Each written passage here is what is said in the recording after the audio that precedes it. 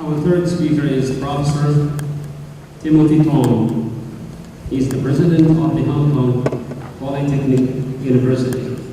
Prior to his current appointment, Professor Tong was the Dean of the School of Engineering and Applied Sciences at the George Washington University in the United States. Professor Tong is an expert in the field of heat transfer and has been actively involved in addressing issues connected to energy use and the sustainable development. He has published over 80 technical articles and edited 7 conferences proceedings. He is a fellow of the American Society of Mechanical Engineers, the Hong Kong Academy of Engineering Sciences, and the International Thermal Conductivity Conferences.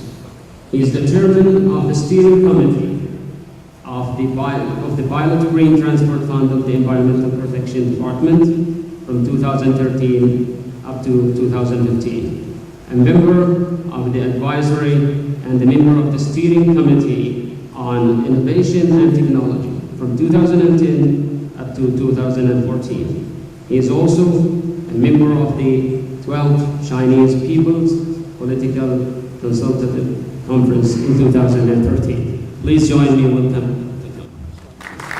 Thank you. Good morning, and I want to first thank the host for inviting me here. In the next few minutes, I'd like to take this opportunity just to give you a flavor about what Hong Kong Polytechnic University is about, what type of university it is, and what do we emphasize. First of all, Hong Kong Polytechnic University, I think, is about half the size of Tai F University. We have about 32,000 students enrolled in undergraduate programs all the way through PhD programs. And on the screen, you're seeing a picture of a new building that we just opened up a week ago.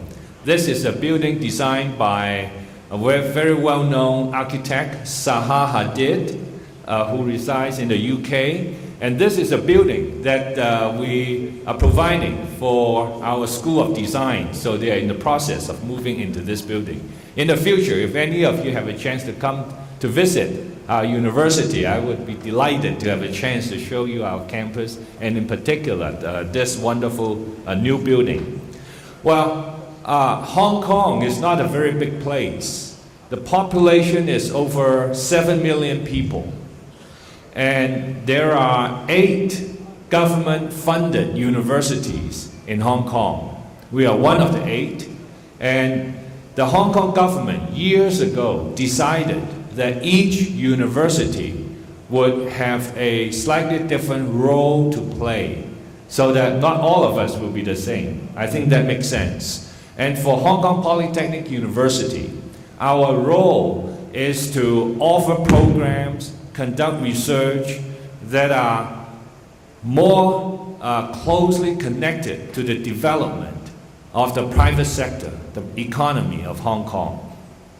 So as a result, a lot of our professors' work is really interfaced with the private sector. Engineers working with the construction industry, working with the manufacturing industry, and our colleagues in the Faculty of Business also work with people in the finance world, and we take pride in doing so. I'm sorry that the microphone, the way I speak is causing some extra noise. But just to give you some statistics, last year, from July 1st, 2012 to June 30th of this year, our university had more than 530 projects sponsored by the private sector, involving roughly 350 companies. The amount of money involved in those projects, slightly above 100 million Hong Kong dollars. If you convert it, as you can see, is over 14 million US dollars.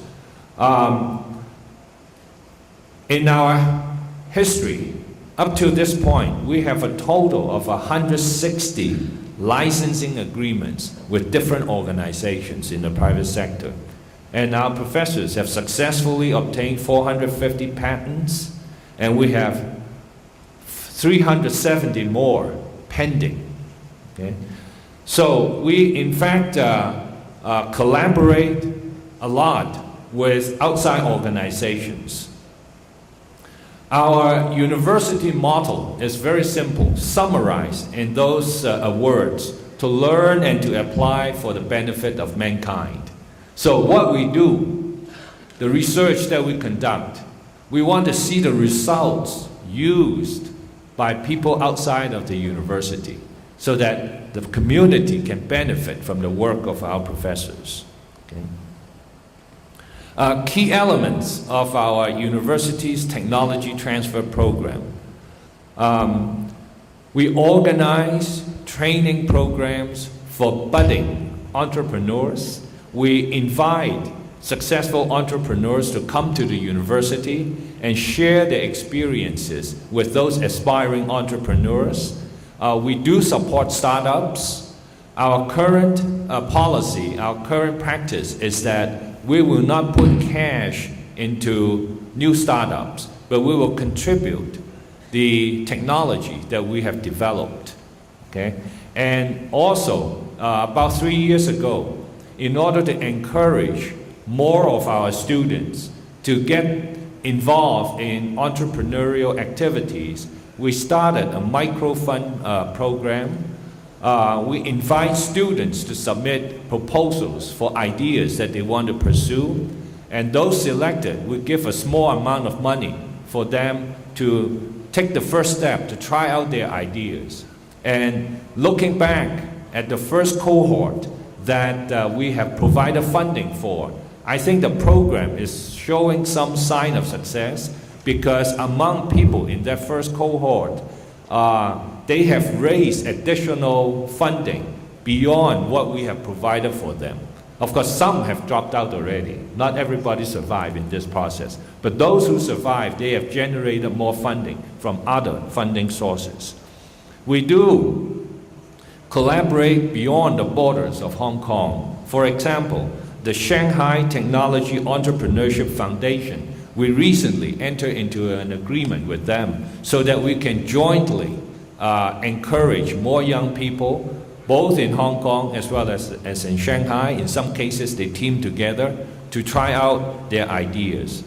Shenzhen is a fairly new city just north of Hong Kong. 30 years ago, there was nothing there. But now Shenzhen, in terms of population, has more people than Hong Kong. And we have a facility there in order to support the outreach into the mainland.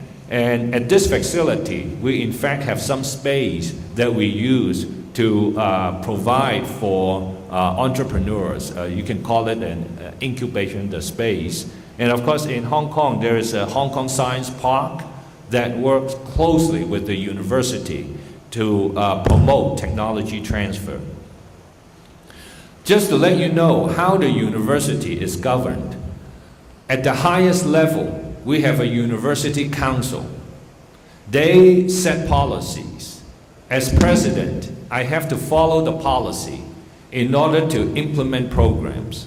So in terms of technology transfer, the University Council actually, about 3 years ago, reformed the university's policies that govern technology transfer. For example, the policy that I mentioned earlier, that we won't put cash into startups, that's a new policy. Second is that if there is a startup that we provided some support for, whether it is in terms of technology or other form, in 6 years, the university will exit from that startup, no matter what. Whether the startup is doing well or still struggling, the university will exit from that startup. And we also have a policy statement that says, if reaching an agreement becomes an obstacle for transferring the technology out, and if we determine that it is actually for the greater benefit of the community, we would be willing to give out the technology for free. Okay? So that's the university's position. And under me, there are two executives. One is called a provost, who oversees the entire academic operation of the university. And equal to him, there is an executive vice president who oversees the administration, the business side of the university. So the important thing for technology transfer is that under the provost, he works with the vice president for research development to take our research projects, those that have potential to result in usable technologies. The provost would support our researchers to take their research one step further, to build a prototype, to test out the concept. And when the technology is ready for commercialization, the executive vice president supervises an institute for entrepreneurship, and that is the body that interfaces with outside private party. So the licensing agreements are produced at that point. Okay. Following, I want to give you some examples about our efforts in technologies. These are successful examples. One in particular I would mention is that years ago, the subway system in Hong Kong, the people were seeing increased ridership. And at the time, the system that they had for monitoring traffic, for controlling traffic, was not sufficient. It couldn't handle the amount of information that was needed in order to control the traffic. And also the system was prone to interference. Whenever there's a storm, lightning, the system would not work very well. So the company asked us to help develop a new system for them. So we ended up developing a system that is based on the use of optical fibers. We have a lot of sensors connected with optical fibers installed on the rail. So signal can pass very quickly to a control room, and thereby one can control the traffic of the system much more readily. And a few years ago, of course, mainland China, they put a lot of efforts into developing the high-speed rail system. They heard about the technology that we developed, so they invited us to improve our system and install it on the high-speed rail that's between Beijing and Shanghai. And we did that. And you may remember 2 years ago that there was a very serious accident that happened at another stretch of the high-speed rail. And since that accident, the officials in mainland China have approached us, asked us to scale up our system so that they can apply our system in more different stretches of the high-speed rail. And we have reached some agreement in doing so. And gradually, our technology is getting known to other people as well. So by now, the technology has been applied in Hong Kong, China, India, and soon it will be used in Singapore, and we are currently in negotiation with Australia, and if we reach an agreement, the system will be used in Sydney. So I think that is a fairly successful technology transfer effort. One other example I want to mention without going into details is that some researchers at our university, chemists and biologists, have been working together to develop anti-cancer drug. In particular, it's for curing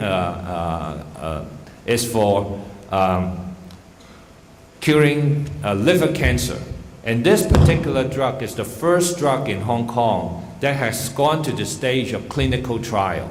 It is in the second phase of clinical trial. If the results are good, it will go to the third phase, and if the results are good, then commercialization. Of course, we do this because we want to help people in Asia in particular. Many people suffer liver cancer. And from this research, we are actually developing other drugs that fights against other types of cancer. So I think that's all I would say. Later on, if there's a chance that I can answer questions, I'll be very happy to. But just to add one more comment before I give up the microphone, we are putting a lot of efforts into building relationships with universities around the world. In the future, if there is a way that we can establish a partnership, we will be very happy to host students from your university to come to Hong Kong Poly U to study for a semester or even a year, so that we can have that cross-fertilization. So thank you very much.